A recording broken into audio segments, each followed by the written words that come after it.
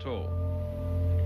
On occasions when the river was in flood like that, the crew would test the waters by either walking across, probing with a stick, or by climbing into a fettler's trolley and measuring the depth as they went. If the water was 2 feet or less deep, it meant the locomotive could cope because the boilers were above that level. So unless the lines had been washed away, the train could proceed within a reasonable time of the flood passing. Not so with the diesel engines. They can only handle 3 inches of water over the track, so it's been common for trainloads of passengers to remain stranded in the outback for days and weeks on end, although in recent years passengers stranded on the Ghan have been airlifted out by helicopter. On one occasion, the Ghan drew into the Alice Springs railway station at the appointed time in the morning. It just happened that it was 3 months late.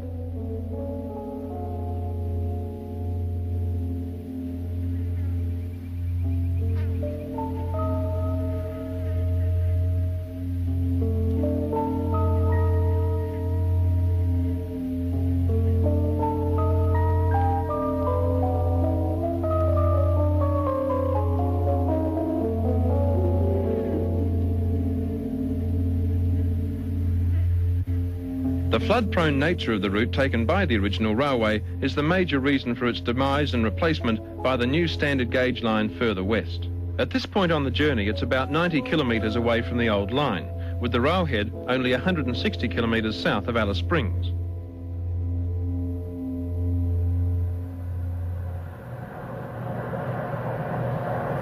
The latest technology is being used, and it takes a while to get used to the space-age sounds which are commonplace on a line welded together in massive lengths.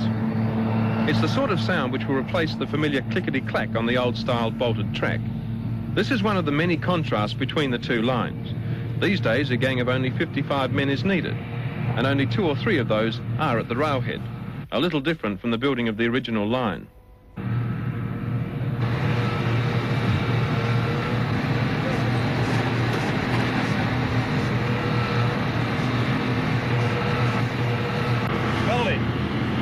That'll be all right.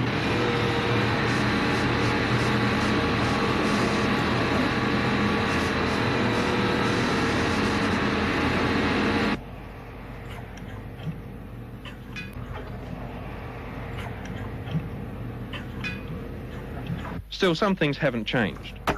The sledgehammers have held their place. It's only the sound they make that's different. The new line has been lucky. In the remoteness of the desert, it's remained free of governments, unions and protest groups, so it's within budget and a year ahead of schedule.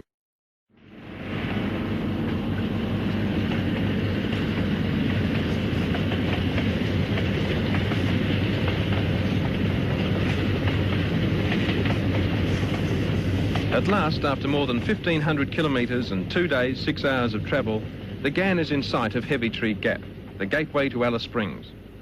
The railway line fades into the sand, a stark contrast to the sealed bitumen road, the first we've seen since Port Augusta, more than 1,200 kilometres south of the Alice.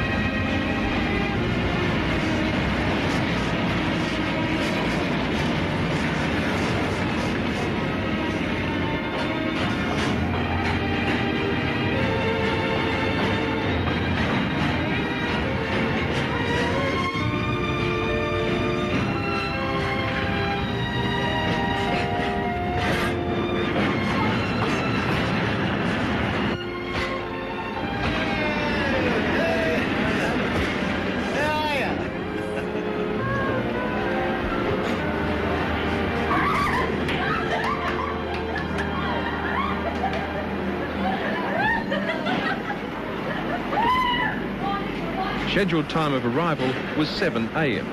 The actual arrival time was 1:30 p.m. For the Ghan, that's somewhere between average and good.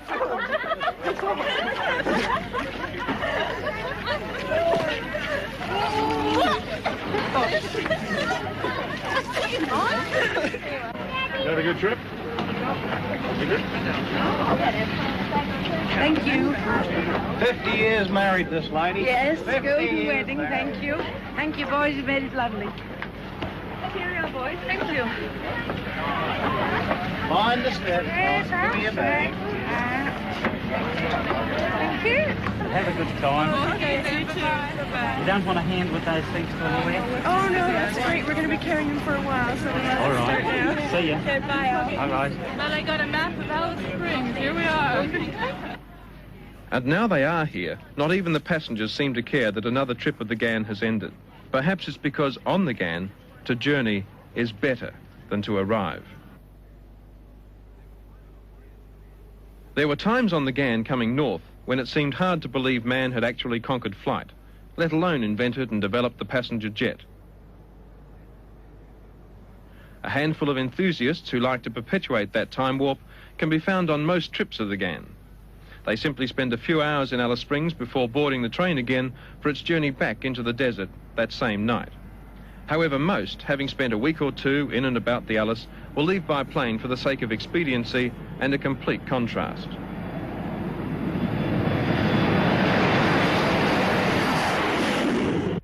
The captain's first announcement has special significance for the Ghanites aboard. Good afternoon, ladies and gentlemen. Captain Fuller and some flight information for you. We're now 120 miles out of Alice Springs and crossing over the Fink River. This is where flash flooding sometimes causes delay to the Ghan train, which operates from the Alice through to Adelaide. The Ghan would take about 8 hours to wend its way back to the Fink River. We've been flying less than 20 minutes, and in an hour and a half we'll have landed at Adelaide Airport. Roughly 2 days, 4 hours and 20 minutes faster than the Ghan has averaged the trip from Alice Springs for the last 51 years. When the new train takes over in October, it will be called the Ghan officially. Timetables and tourist brochures will see to that. But this Ghan has already survived the coming of the diesel-electric locomotive and a change to standard gauge as far as Marree in 1954. Whether it can survive the complete transformation to new rolling stock, powerful new locomotives, high-speed travel, plus a jump across 150 kilometres of desert to the new line, remains to be seen. But even if the name does linger, the idiosyncrasies will disappear, and it was those which drew people to the Ghan, making it better to journey than to arrive. If you want to see the land, ride the Ghan. Oh, it's magic, the magic boomerang. It's a wonder it ever makes it back again. On the Ghan. If you want to see the land, ride the Ghan. Oh, it's a magic boomerang. It's a wonder it ever makes it back again.